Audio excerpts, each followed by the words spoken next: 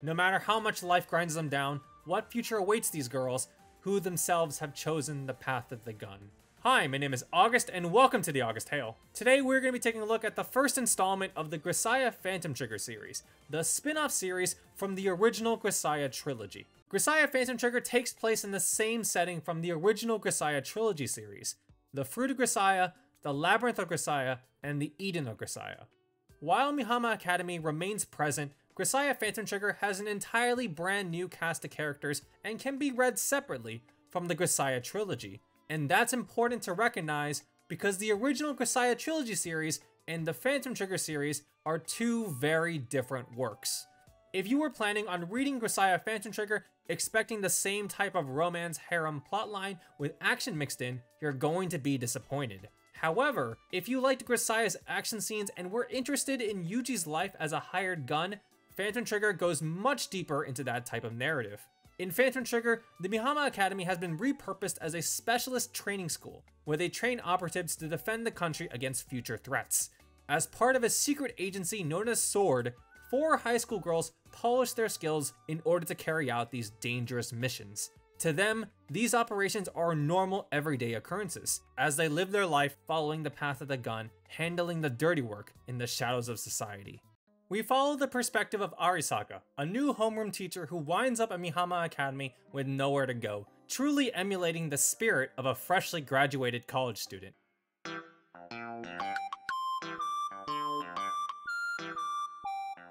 Arisaka is the audience's vehicle as we get introduced into the girls' world and how SWORD operates as a unit. Arisaka is put into a very interesting position. Thrown into this new environment where shooting drills and counting corpses are commonplace, Arisaka is basically the new transfer student. She's also a pure ordinary civilian, and her docile, almost cowardly personality makes her the least capable candidate for teaching these trained assassins. And yet, she's responsible for teaching these children nonetheless. It's a unique dynamic, and throughout this first volume, Arisaka gradually develops and adapts to her new environment in order to better understand her students, no matter how strange their lifestyle is. How do you do, fellow kids? What? In contrast to our ordinary teacher Aside, the Grisaia universe continues to introduce a selection of quirky female heroines. First off, we have Rena, a gun woman who takes the initiative on missions. Lively and energetic, she's a fun individual who gets along with everybody. She's also very devoted to her handler, much like a faithful dog. But when it's time to get serious, she's more than capable of taking out her enemies.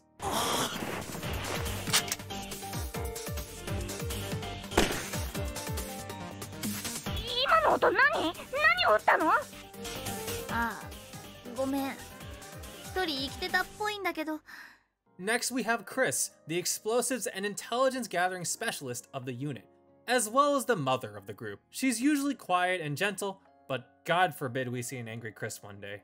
Following Chris, we have Murasaki, an expert agent in all things ninja related. Her personality can be difficult to pin down due to the nature of her job and the strange things she says, but every once in a while, her true feelings come out. After Murasaki, we have Toka, our very disagreeable gremlin child who can totally crush you in a 1v1 Call of Duty sniper match. While hostile, aggressive, and prone to violent outbursts, she's a very practical, no-nonsense, and shrewd individual.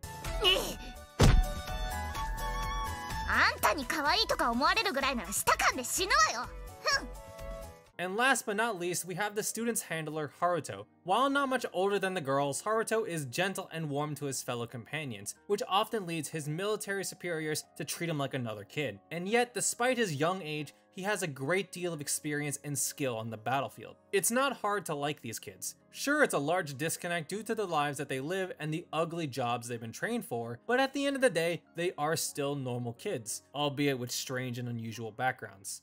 The production of Grisaia Phantom Trigger is well made with minor UI improvements from the original Grisaia trilogy. With almost the same staff from the original Grisaia series, the same level of quality is also retained with Grisaia Phantom Trigger. The CGs and character designs look excellent and crisp, with Akio Watanabe handling the artwork. The music is also a notable treat, split between the relaxing melodic vibes of the slice of life songs and the intense heart-pumping music tracks composed by Masumoto Fuminori on the BGM team. With Fujisaki Ryuta handling the scenario, Grisaya Phantom Trigger retains the same style of writing from his work on the original Grisaya trilogy, which has positive and negative points about it.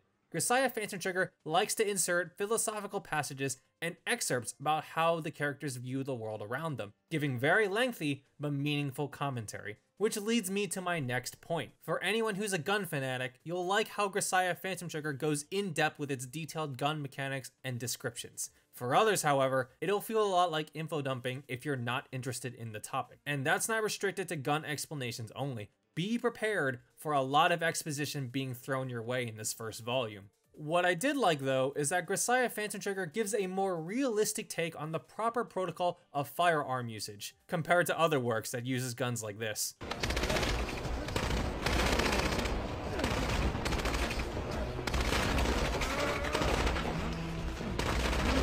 In conclusion, Grisaya Phantom Trigger Volume 1 is the beginning to a series of incidents in these girls' everyday lives. This first volume serves as the prologue for introducing our heroines and the world that they live in. Grisaya Phantom Trigger has the same style of writing from the original series, but differs from the original, opting for a more greater focus on fleshing out its special forces background and its action scenes. Like I said before, this is the first volume in a multi-part series, and as a result, this first volume is an appetizer of what is to come in the later installments.